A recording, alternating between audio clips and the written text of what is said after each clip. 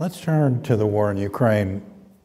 On the subject of leadership, I'm wondering if the military does psychological mapping of opposing leaders like Putin. If so, how might such a psychological map game out Putin at the moment? Sure. So the military doesn't do this habitually. They'll take a look at military leaders to a certain extent, but you have the CIA that does do this. The Central Intelligence Agency has a team of psychologists that, I'm trying to think about the folks that I'm familiar with, whether they're psychologists or psychiatrists, but they're professionals to be able to do a psychological profile.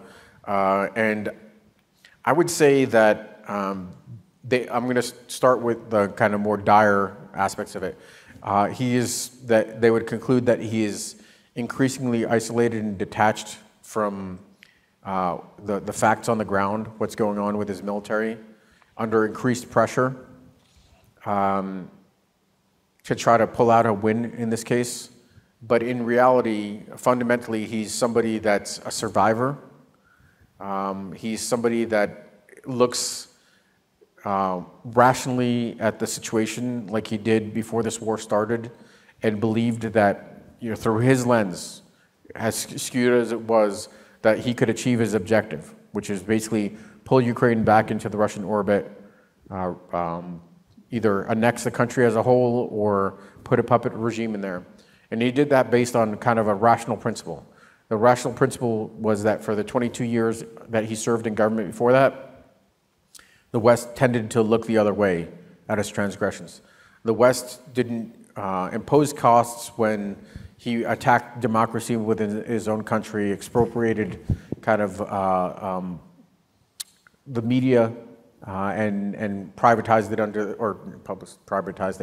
privatized it under the Putin regime. It's state-controlled, or conducted a brutal, barbaric war in Chechnya, or interfered in Ukraine's election, resulting in the Orange Revolution in 2004, or Georgia, or assassinations, or campaigns against journalists, or election interference in the U.S. I mean, there's a whole litany of things that he didn't bear significant costs for.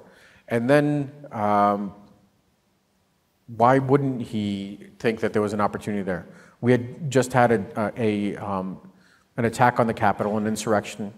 The U.S. looked fractured and weakened.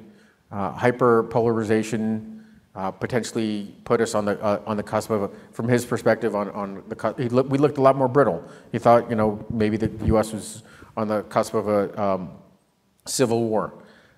He also, I think, calculated out that he could actually win and defeat Ukraine pretty quickly, and the costs from the Republican Party would be very mild. Because you have to remember that Trump was bandwagoning for Putin. Pompeo, the former Secretary of State, same thing. Lots of congressmen were doing the same thing. There are plenty of senators. When Senator Menendez from the Senate Foreign Relations Committee was looking to levy sanctions on Russia to warn off a war, you had the Republicans slow rolling that process. So it looked, from his standpoint, quite viable. That was before this war started. From his calculations, again, made a lot of sense. I think he is still not quite, he probably still, frankly, doesn't understand how he's losing. He's a country of, he runs a country of 140 million people, the second most powerful military in the world. And he hasn't gotten his footing. And I think that now, there are some outlines on how he's going to make decisions going forward. He's not going to do something that risks himself or his regime or his legacy, as somebody that destroys Russia completely. So he's pretty reliable in that. I don't think he's in a position to escalate to nuclear war. That's not something that's going to happen for months at a time. But he is becoming more erratic.